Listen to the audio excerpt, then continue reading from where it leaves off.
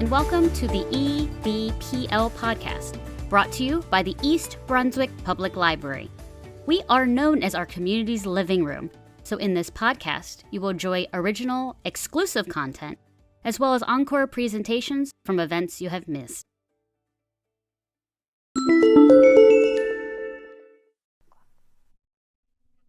Good evening, everyone. Thank you for joining us. My name is Melissa Hosick. I'm the Adult Programming Librarian at the East Brunswick Public Library. Thank you for joining us for this virtual author talk, actually with a few of my other libraries nearby. We would like to thank the Elizabeth Public Library, Matawan Aberdeen Public Library, New Brunswick Public Library, and the Old Bridge Public Library for co-sponsoring tonight. So we have a great group of Central New Jersey libraries, and we have people probably from all over the world. This program is funded by the East Brunswick Friends of the Library. If you'd like to know more about them, I will put their information in the chat. So without further ado, let's talk about our presenter for the evening. A New York Times bestselling author, Jennifer Keeshan Armstrong has written 7 pop culture history books, including Seinfeldia, When Women Invented Television. That one looks really interesting to me. It's on my to-read list. Mary and Lou and Rhoda and Ted. And the one we're going to be talking about this evening, Sex and the City and Us. Her work appears in many publications, including BBC Culture, the New York Times Book Review, Vice, New York Magazine, and Billboard. Welcome, Jennifer.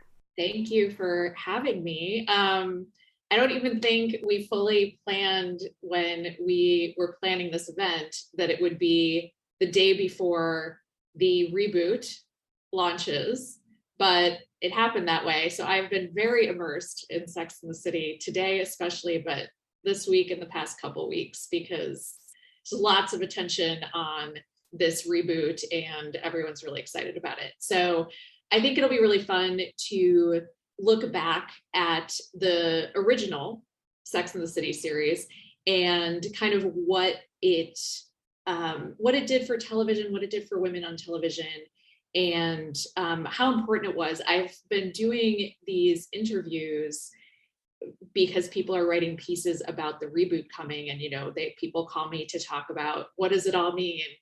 And it's fascinating because, to me, it doesn't seem like that long ago. This is what, happens when you get older. But 17 years ago that the show went off the air.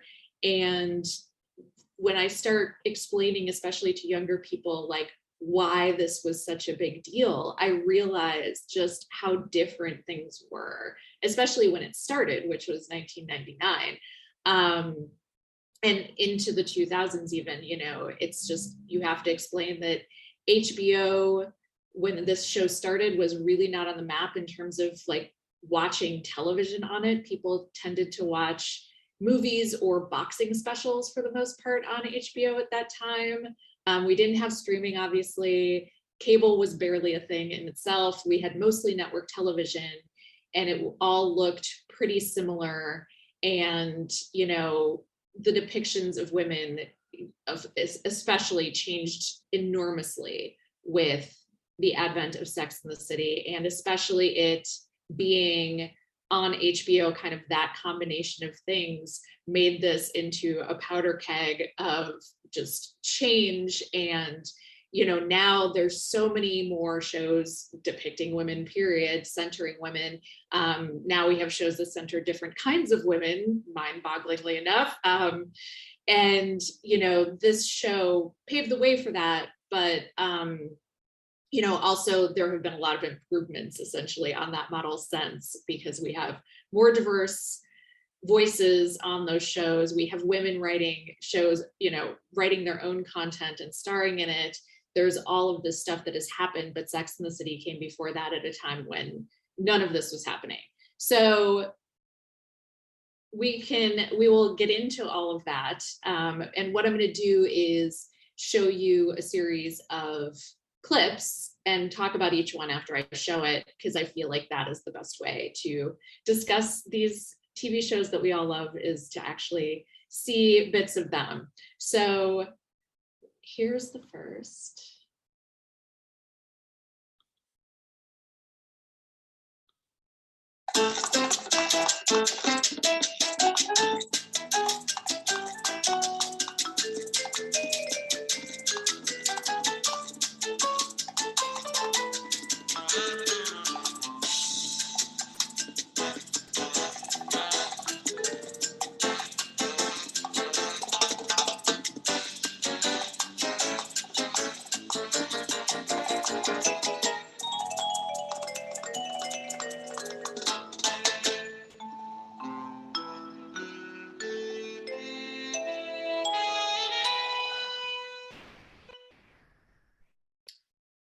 Okay.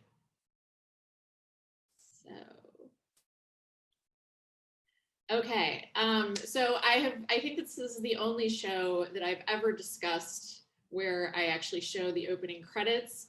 It's fun to see, first of all, I think, for any of us who were actually fans of the show, right? It gives you just that hit of nostalgia. But I also wanted to talk about these credits because they're iconic, first of all, and not every credit sequence is iconic in and of itself.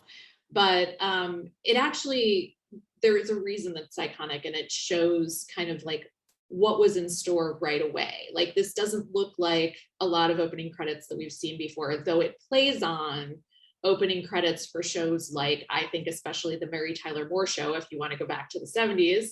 And I wrote a book about the Mary Tyler Moore Show, which is another like truly iconic opening credits. And that, I can tell you that that was actually on their minds when they were creating these credits. They actually referenced both that and even the Dick Van Dyke Show, which is such a funny one, but obviously not as thematically resonant, but had a great credit sequence where he, tripped over an ottoman in their living room in it.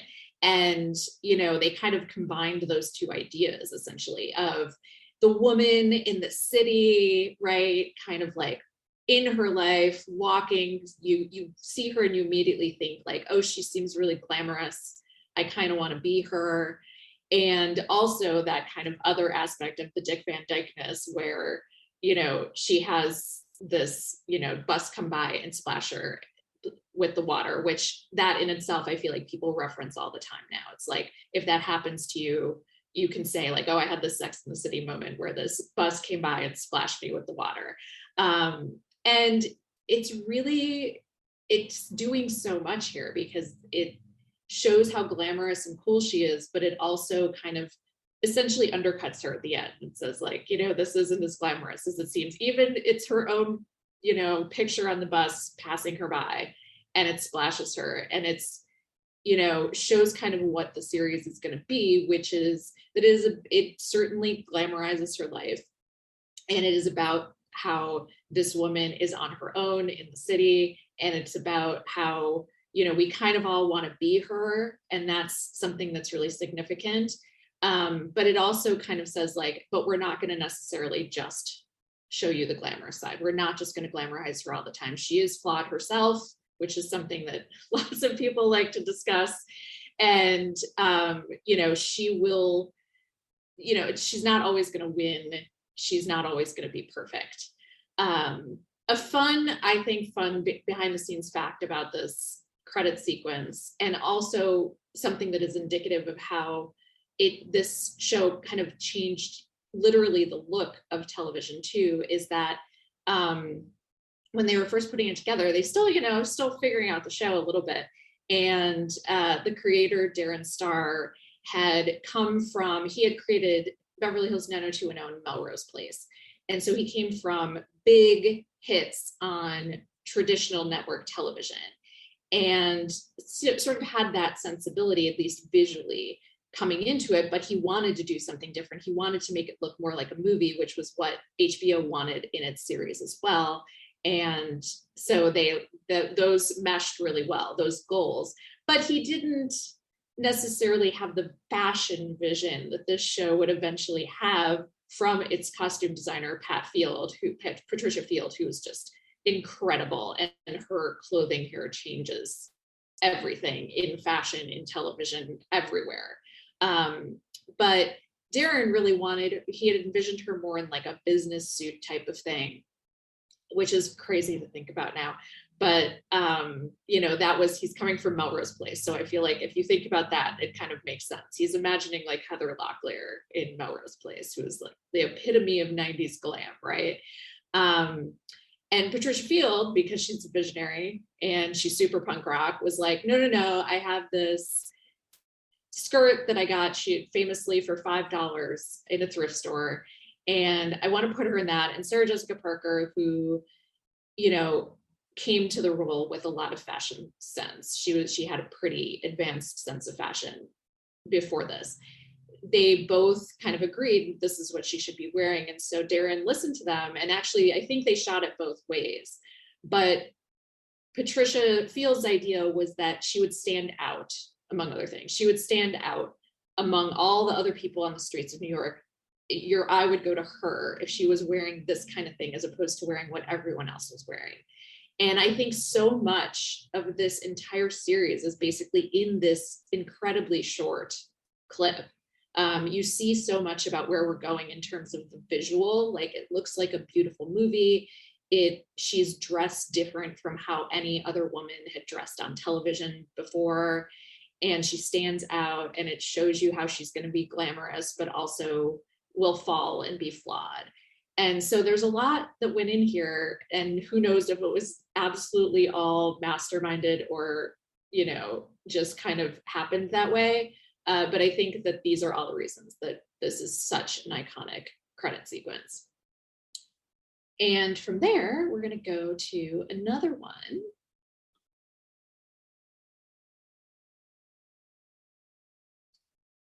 And this is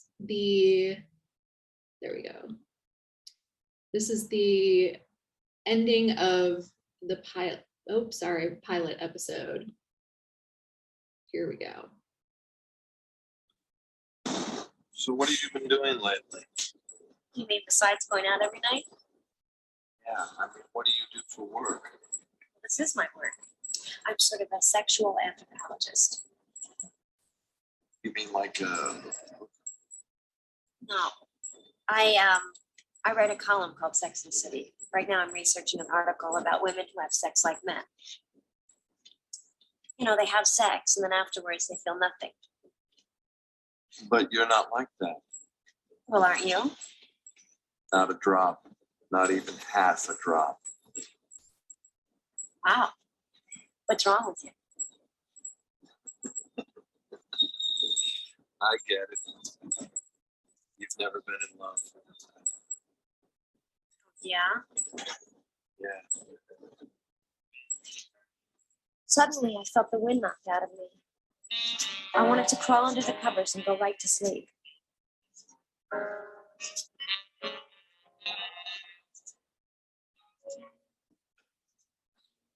Thanks for that. Anytime.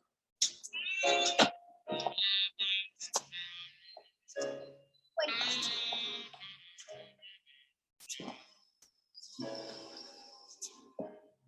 Have you ever been in love? Absolutely.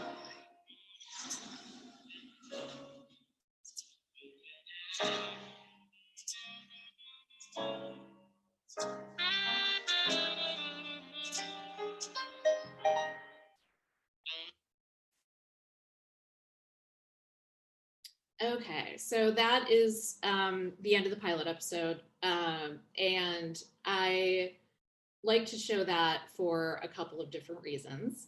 And one is just that this, it kind of sets up the whole show. And in fact, this is the reason that Sarah Jessica Parker signed on to do the show. She told me this actual scene when she read it in the script. She was very on the fence and she wavered a lot. She actually pulled out a couple times and came back. And in fact, one of the final reasons she decided to sign on is because she did not think it was going to last more than one season.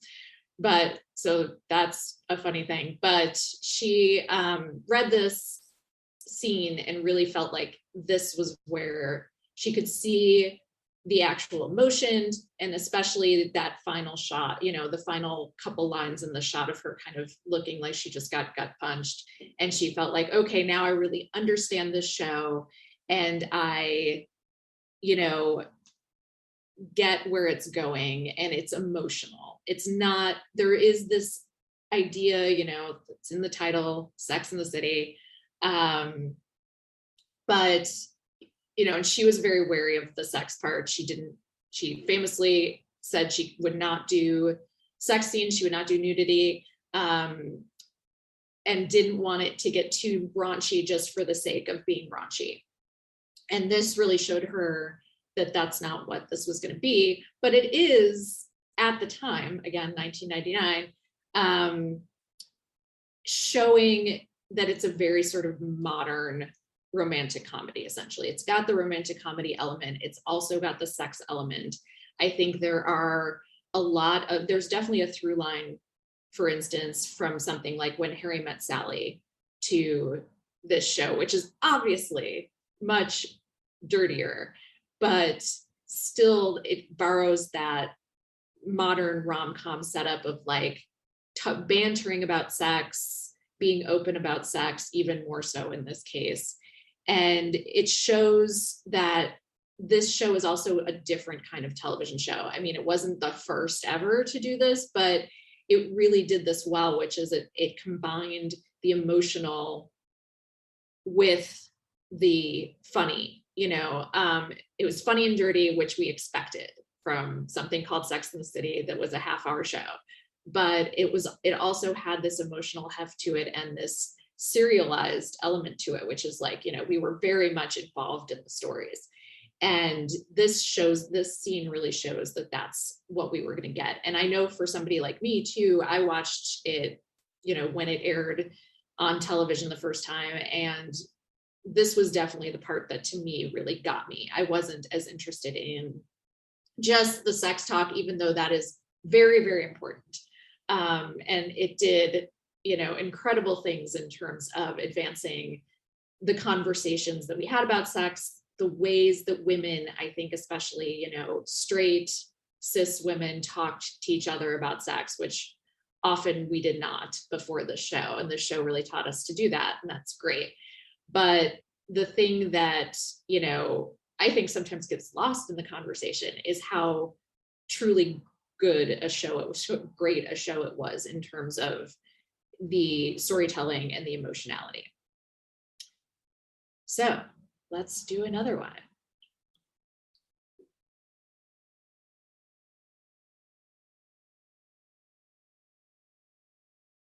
Actually,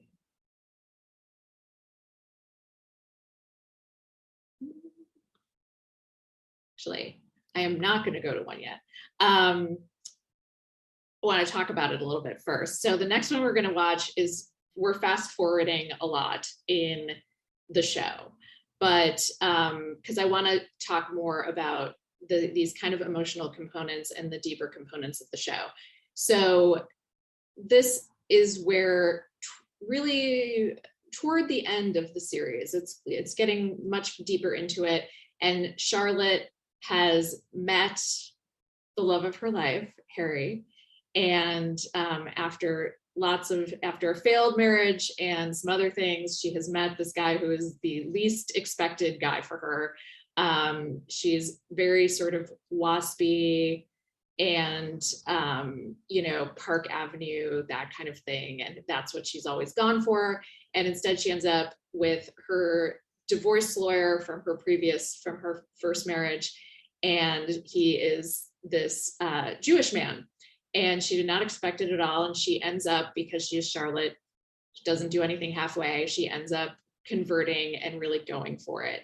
And after he said he could not marry a woman who was not Jewish, she says, fine, I will convert. And she really just like goes full force. And this is a clip of her making him Shabbos dinner.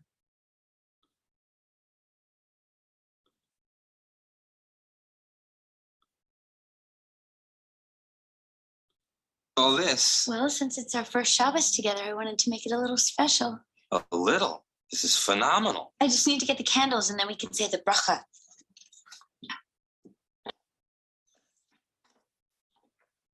Silva now in the Philly bullpen. Roland pitches in at third. Cedeno squares, Bonds foul.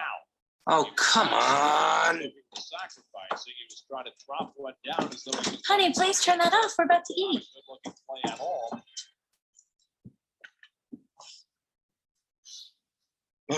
Smells incredible. And you made brisket. I cannot believe you made brisket.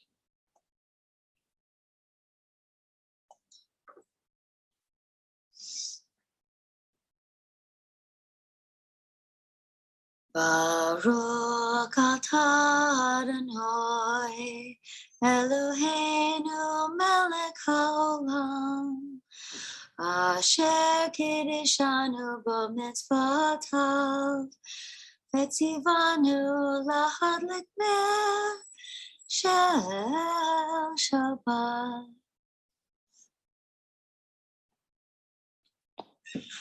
Good Shabbos. Good Shabbos, sweetie.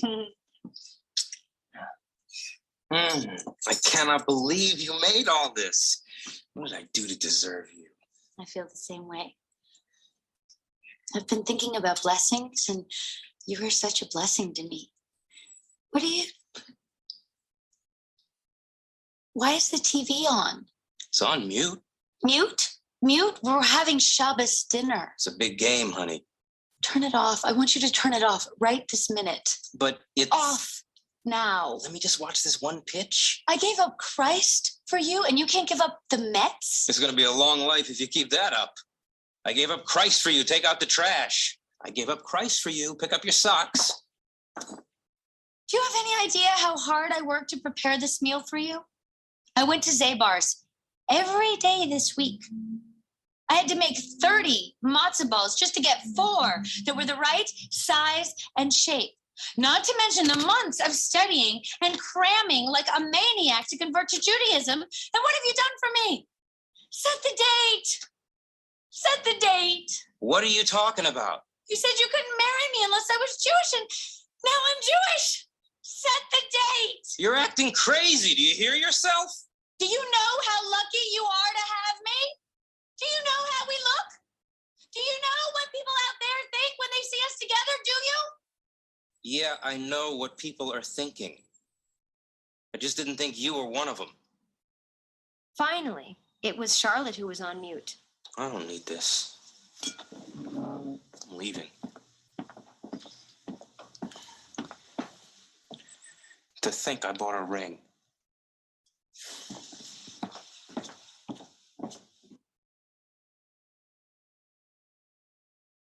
So that is very devastating. But I wanted to show that as an example, kind of with that one we saw from the first episode of how the show is so good at these relationship, emotional, these, really complicated emotional relationship stuff. And I really feel like this is the part that people forget about the show in the caricature of, oh, it's about these, glamorous swinging single ladies who wear shoes, which is kind of like what people think, I've literally had people say to me, oh, isn't that the show about shoes?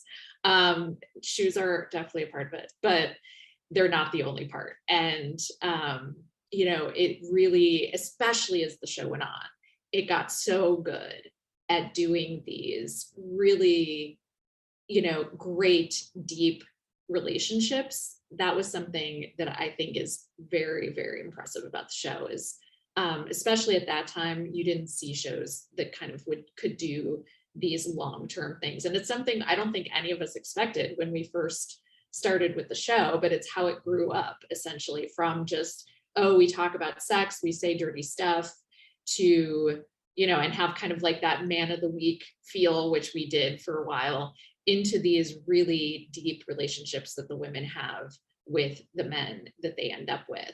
And this especially is so specific too. It's such, it's getting in there and having this conversation about this, essentially interfaith. I feel like that's an old-fashioned word, but interfaith marriage and somebody converting for somebody else and what that means. And this, I also really believe that Charlotte is kind of an unsung character, to a large extent, underrated character on the show. I think she might have the biggest emotional arc of all 4 women. So this is I just always loved this whole storyline. I love her and Harry together.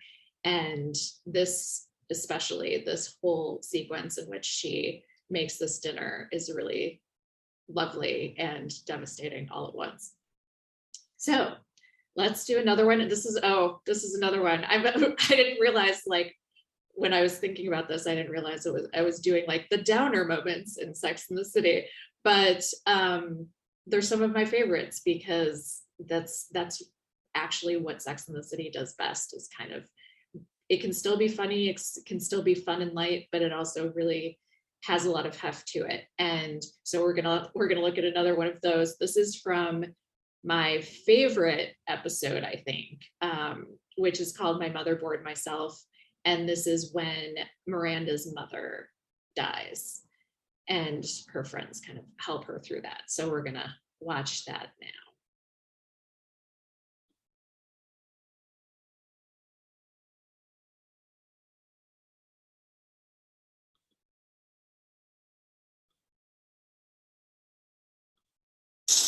Meanwhile, in Philadelphia, Miranda realized she needed a shitty black bra to go with her shitty black dress. Can I help you find something? No, I'm looking for this in 36A in black. You don't look like a 36A to me. Well, I am. Excuse me, Lucille? I've been a 36A my whole life. I think I know what size I am. Didn't think so. Try these. There is no way that I'm a 34B. Just try them. How's it going in there? Fine. Everything's fine. From the age of 14, Miranda had a strict no visitors policy in the dressing room. Let's see how that's working out. Although her mother never observed it, and neither did Lucille. I just said that I didn't need any help. Well, you say you don't want help, but you were picking out the wrong size. See, now this one fits you. I think that I can adjust my bra straps by myself. Would you please get your hands off of my breasts? I'm not being fresh. I think I know what's best. No, you don't. I think that I know what's best for me. Suddenly, Miranda realized she would never have a fight with her mother again. I'm sorry. It's not you. My mother just died. And come here. No, I'm fine. I'm. And there behind the curtain, when no one was looking, Miranda found a kind of support that actually fit her.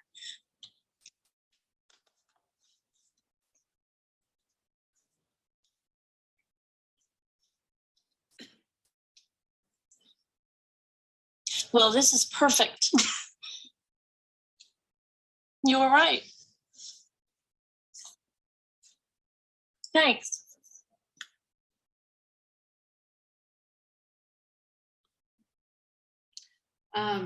Cynthia Nixon is a national treasure. That's the first thing I want to say.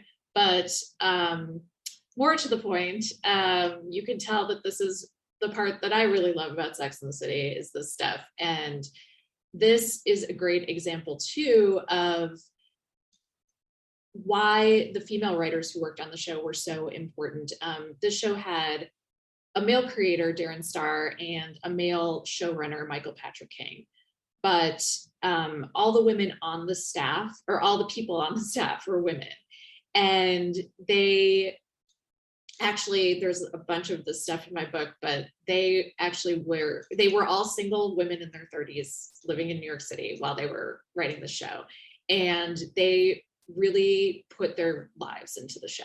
And they literally would like go out at night if they got home in time to actually do that from work, but they'd go out at night and they would, reconvene in the morning for work. They actually had a bus that, I guess it was a van. It was a van that picked them up in New York City because the studio that they shot at, Silver Cup, was in Queens. And so they had this van that would come pick the girls up in the city. They all called themselves girls. And as they got into the van, they would all talk about what happened to them the night before. And then they'd get to the studio and go to the writer's room and kind of like distill down that conversation for Michael Patrick King, who was running the show then. And from there, they would start to just put stuff on the whiteboard, and, that's stuff that would eventually end up in the show. So somebody has a bad date, it's going up, that's really interesting, it's going up there, any of that stuff. And they would even fight a lot. They'd have like, little arguments about is this right? Is that right? Did this person make the right decision? And a lot of times that stuff would go into those brunch scenes when they would really sort of have what I would call Socratic dialogues about, certain kinds of sex or relationship issues, all kinds of stuff. And they put it all in there. And I really feel like the female writers are the reason that this show resonated so much with so many women, because it really was women living that life and then putting their actual experiences into the show week after week. And then really women watching the show and then taking that to their own brunches and, conversations and talking about it with other women. And the writers even told me they loved to be out in public in New York City. And if they would all, hush if they heard a group of women talking about Sex in the City near them, so they could hear what the women were saying. So it was this very circular conversation. And I think that that's really beautiful and indicative of why the show, when it was at its best, worked so well. This episode was written by a duo who worked together named Julie Rottenberg and Alyssa Zaritsky. It was actually their first episode, which is crazy. And the bra experience really happened to one of them. And it hadn't happened in conjunction with a mother dying, but they used that experience. And to me, this is such a great example of such a specific female experience that it would be really hard for, not impossible, but it would be really hard for a male writer to know what that was like and how that might feel and how that might fit into, this bigger idea of this episode of Miranda grieving her mother's death. Also in this episode, a huge thing, this is not what we saw in the scene, but a big part of the episode in general is how Miranda's siblings have spouses and she doesn't. And it's really her friends who end up kind of stepping up and filling that role for her at the funeral. She feels sort of left out because her siblings all have that, and they're walking up the church aisle together, and her friends kind of in this very touching moment rush to go walk up with her. I'm getting choked up now even thinking about it, which is crazy. But it really shows the show's central, message is kind of this primacy of friendship and how women can be independent and do not need men to provide them with money and lavish lifestyles, nor do they need them even for support because they have their friends. And that really was something that was pretty revolutionary at that time. It also shows how good the show was at tackling dark and difficult situations. It wasn't just all happy, fun, glamorous time all of the time. And so this was really, one of the great times that they addressed the difficulties of being a single woman, when something like your mother dying happens and all of your siblings have spouses. And that is difficult. It's hard to be single then, but she had her friends to support her in that. And now we're going to look at a clip from another episode, to me, maybe the seminal episode about making a statement about being a single woman and kind of the difficulties of that. This is from an episode called A Woman's Right to Shoes. So the shoes are here. And the premise of this is that Carrie went to a party and wore her famously glamorous and expensive shoes. And it was at a friend's place who she had been close with once, she's not as close with now. And the friend has had some kids, and she has this ironclad rule about you have to take your shoes off before you come in to the house. And then Carrie's shoes get taken, stolen, whatever. Someone takes her very expensive shoes and walks out with them. And when she goes to retrieve her own shoes, they are not there. So she has lost her very expensive shoes at the friend's house because she was forced to take them off. And this has created some strife. So we're going to look at that now.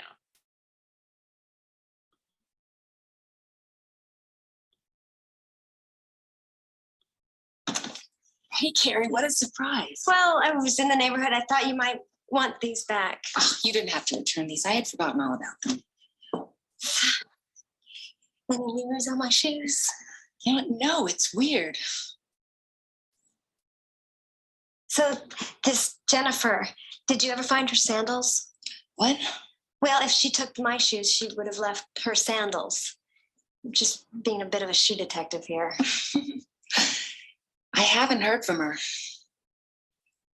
Oh, Oh my gosh, Carrie, I am such a shit. I should have offered to pay you for them. no, you don't have to do that. You know, you have kids and you lose all sense of social decency. Come in. Okay.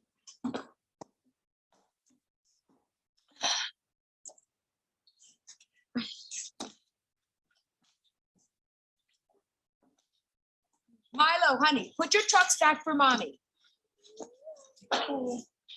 So, how much were they? 485. Come on, Carrie. That's insane. Well, that's what they cost. I'll give you $200. Okay, this is an awkward conversation. I'm sorry. I just think that's crazy to spend that much on shoes. You know how much manolas are? You used to wear manolas. Sure, before I had a real life. But Chuck and I have responsibilities now. Kids, houses. 485. Like, wow. I have a real life. No offense, Carrie, but I really don't think we should have to pay for your extravagant lifestyle. I mean, it was your choice to buy shoes that expensive. Yes, but it wasn't my choice to take them off. They're just shoes. Shoes. She shoe shamed me. I left there covered in shame. She's a fucking bitch. But she isn't. That's the thing. She's become this whole other person. It's like she's had 2 cesareans and a lobotomy. She owes you for those shoes. No, it's not about the money. I don't care about the money. I'm talking about a woman's right to shoes. Why did she have to shame me? So, this, of course, is a classic of, I feel like a lot of women especially have been through this, the kind of tension. It's a great way of showing the tension between, you know, the women who are still single and the women who have had children, gotten married, and kind of that rift between those two and the tension. So one of my favorite things is how she says, you know, she can't give her $485 for the shoes because they have responsibilities now, kids, houses, multiple, but they can't handle Carrie's shoes.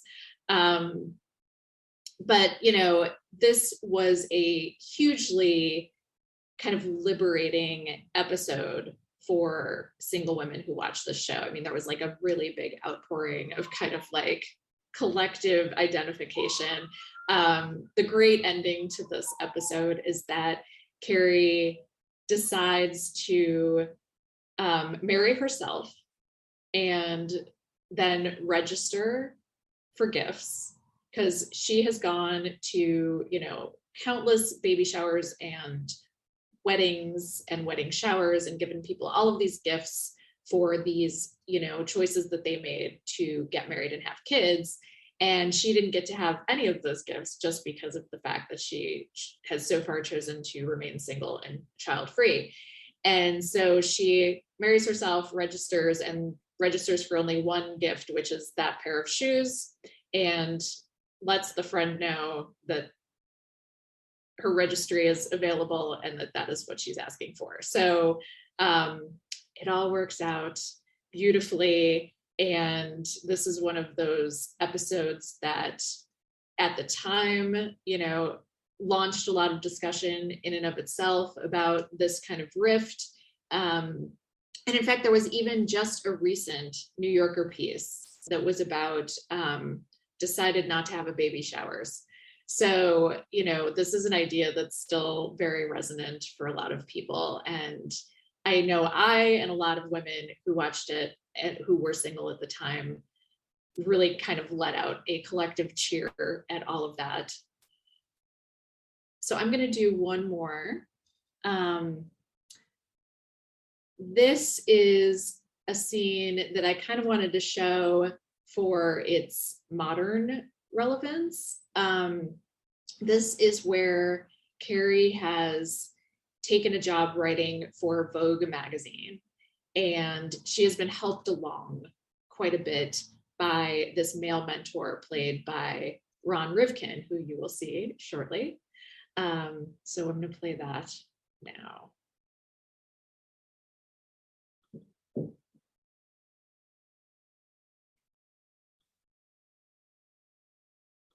From my favorite editor, I finished The Impossible, my first Vogue piece. And now my favorite part of the writing process, print.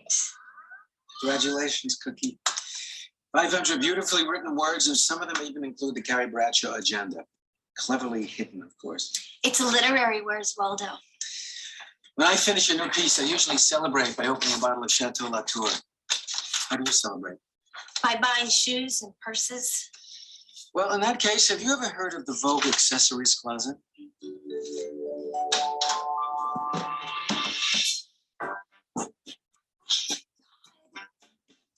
It's too good.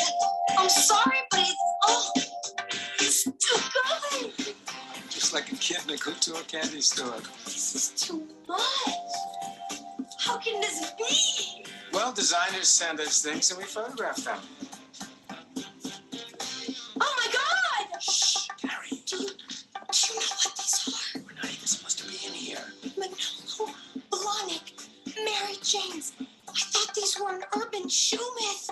Now, if you'll excuse me, I'll be pillaging the men's side. Okay. Oh my God. These are authentic, patent leather. And if they don't fit, so help me, I'm gonna wear them anyway. Oh. Oh, they almost fit. Carrie, Yeah? tell me what you think about these Versace. Okay. All right. Oh. Oh. What do you think? Oh my. What are you doing? I'm just showing you these briefs. Well, don't. Julian, put your pants up. Oof, look at you in those Mary Janes. Stop. What happened to your wife, the dancer? She's having an affair with our friend, the chiropractor. Carrie, What? I find you adorable. You're old enough to be my father. Hardly would your father wear Versace's. Put your pants up now. All right. But Cookie, as someone who really cares about you, let me just say, I think you have some serious issues with men. I do right now, yes. An older man can help you work through some of those father issues, Cookie. Okay, don't cookie me, Freud. Pants up. Show some respect. This is Vogue. Turns out Julian had an agenda as well, but it was cleverly hidden, of course. From then on, once a month, when I went to Vogue, I thought it best to work exclusively with Enid. All right, this new piece shows improvement, but still positively reeks of you. This magazine doesn't care what Carrie Bradshaw has to say about shoes. What does Carrie Bradshaw know about shoes? Enid, with all due respect, men I may not know, but shoes I know. I'm walking. I admit it's tempting to wish for the perfect boss, or the perfect parent, or the perfect outfit, but maybe the best any of us can do is not quit, play the hand we've been given, and accessorize the outfit we've got.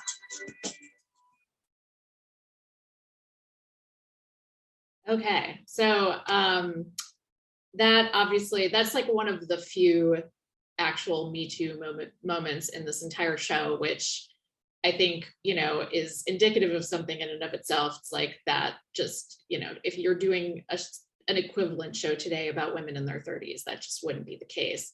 And certainly I think there would be a different ending here if we were doing this now. You know, it doesn't even occur to her, for instance, to report him or anything. She just avoids him, which is very much the way women dealt with these kinds of things before Me Too. So, you know, but it also does, this is kind of a prescient, you know, moment as well, that it was at least showing this and that this could happen to her at that time. So with that, I am going to open it up for questions from people. What do people want to talk about? What do you want to hear about? You can put them in the chat. I should have said that before I finished abruptly. I'm sorry about that. Anyone know?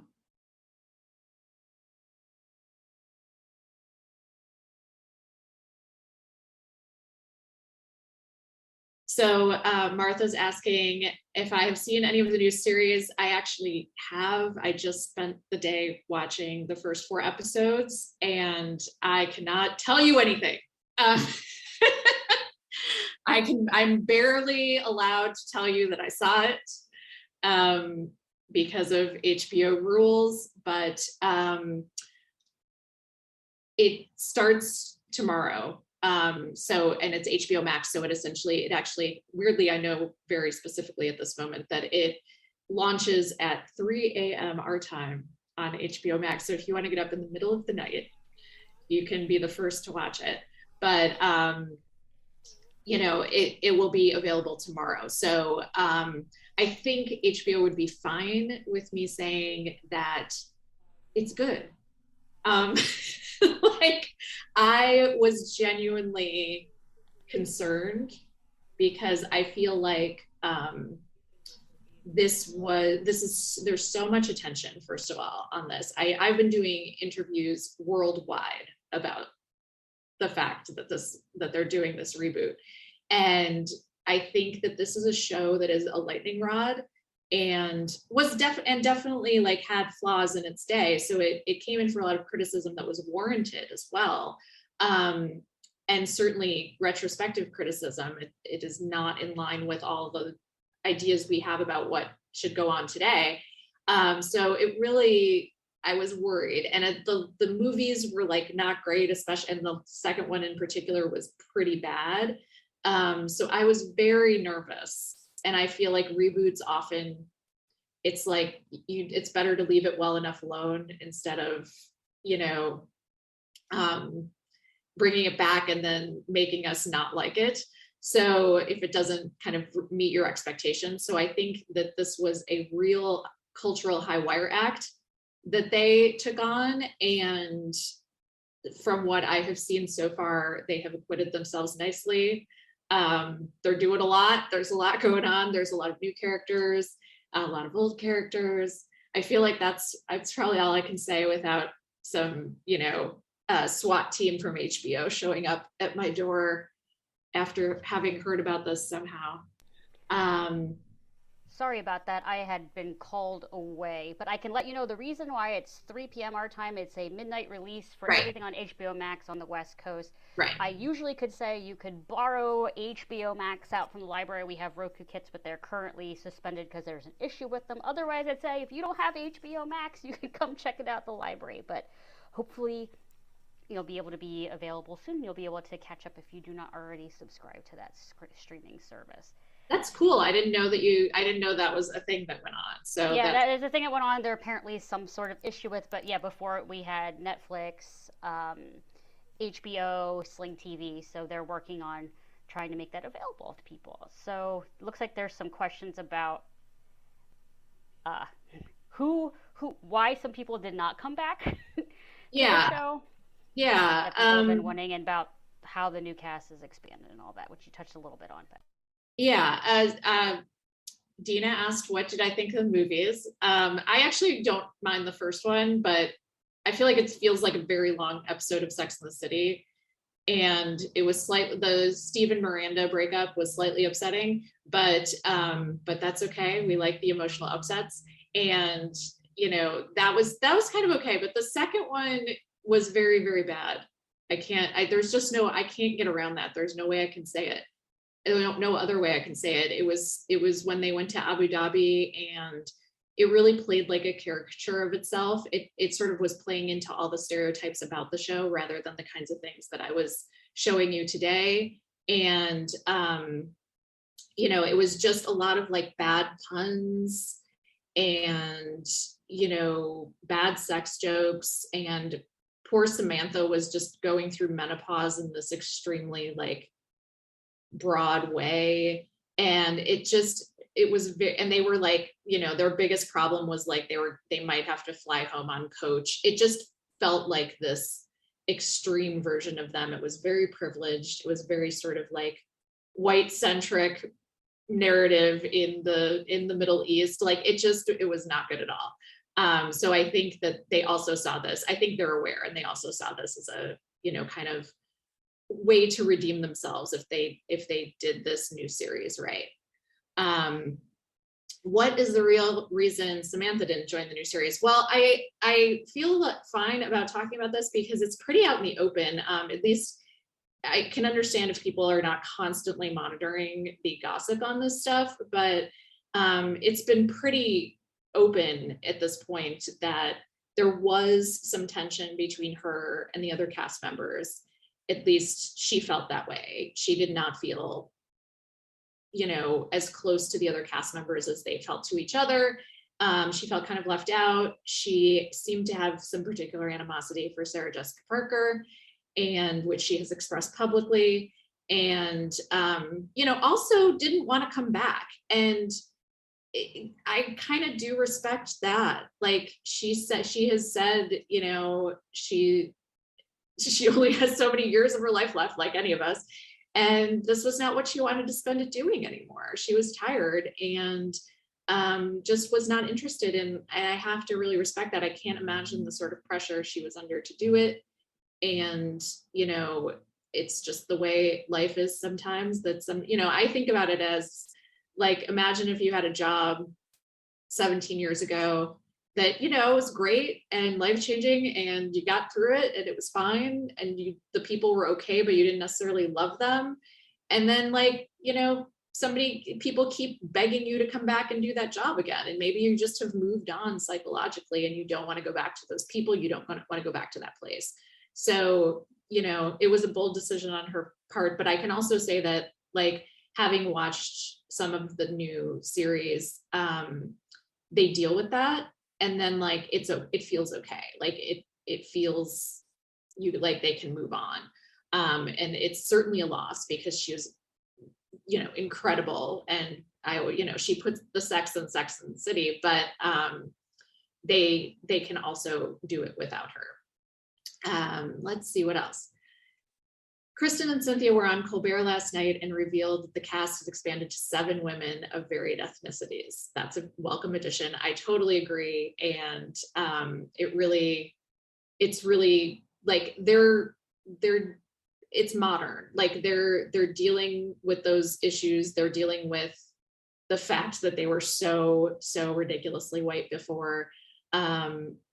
And they're not kind of doing it in a sanctimonious way. So I think that that's great. And the actresses are fantastic. All the people joining are great. My favorite who is joining is Sada Ramirez from Grey's Anatomy.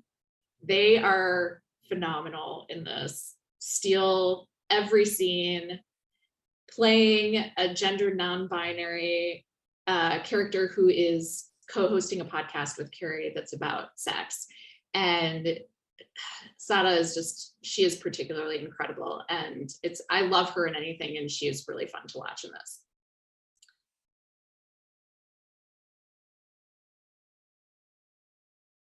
I cannot answer the question, how would a single woman deal with that situation that we just saw Carrie in? I do not know how a current single woman would deal with that situation, but though I do think that you know, we have more stuff in place in terms of the ways that people can report that and be taken seriously and not, you know, and be listened to. So that is a good thing. Let's see. Someone asked how I was able to see episodes in advance, and I will answer that. It is because I am writing a review about it for the publication, The Wrap, so you can read it there tomorrow. So go to thewrap.com tomorrow, or I don't know, possibly at 3 a.m. and you should be able to see it there. Oh, somebody asked how Willie Garson's death is being addressed. It is, he's in some and then he is not, you know, obviously, and I'm gonna not answer that. I'm under oath or something like that to HBO in terms of having seen it. I'm not supposed to talk about it until tomorrow. So I probably have already revealed too much but they do like handle it. The new series, this is actually a very important question. Oh, good, someone answered it in there, but the new series is called And Just Like That. It's not called Sex and the City. So don't look for Sex and the City, look for something called And Just Like That, ... ellipses. I think that they wanted to sort of rebrand a little bit and also maybe not have to be as sex, centric. And also maybe because of the loss of Kim Cattrall especially, it's like, well, it's not quite the same. So they rebranded as And Just Like That. Any other questions people have? We are about out of time, so that is just fine. So with that, thank you so much for all being here tonight and listening to me talk about all the sad moments on Sex and the City. And I hope that you all enjoy the reboot. I think we're supposed to call it a sequel series. I'm sorry, it's not a reboot, it's a sequel series. And I hope you all enjoy that as much as I did. I think it's going to be really fun to watch, and I can't wait till other people see it so I can discuss it with people. Jennifer, thank you so much for sharing specific parts of the show and bringing back nostalgia for some people and also tying it into what people might be able to start seeing tomorrow.